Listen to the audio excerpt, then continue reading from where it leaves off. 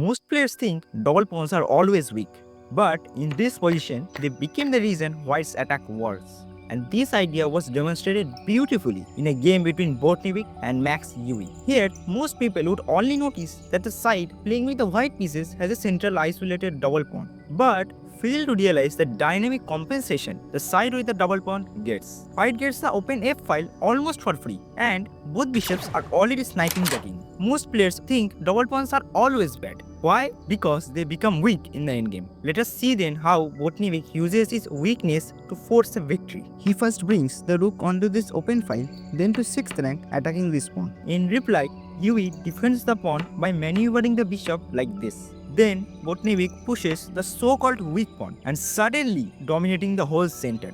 Notice that Yui can't even try to fight for the d file because of the excessive pressure on the f7 pawn.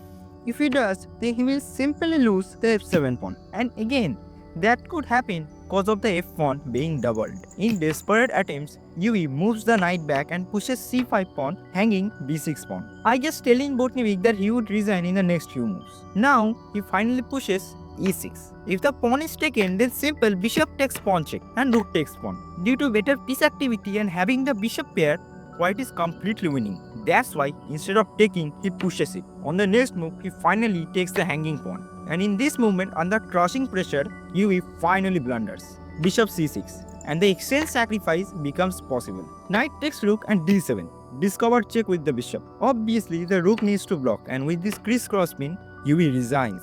Although this was a pure strategic middle gameplay, this approach becomes possible in openings too. Here in the Taktaka Warkaru, I know there's already a double pawn, but you can make the game even more dynamic with the move knight to a6, inviting white to ruin the pawn structure, but again not realizing the dynamic compensation of it. You can get this bad bishop onto this long diagonal by pushing the c pawn. Also, you got the open file too. If the opposing side castles king side, then it will face this dangerous bishop or sniper you can say. If it castles queen side, then the king will be on the direct face of the rook. That's why I really like this approach in the Taktaka Warkaru. But the learning wasn't just for attacking purposes only. There was a hidden pattern, and that is the bishop pair advantage. You know, bishop loves open lines, and forcefully doubling your pawns literally gives you that. This is exactly why chess principles become dangerous when you follow them blindly.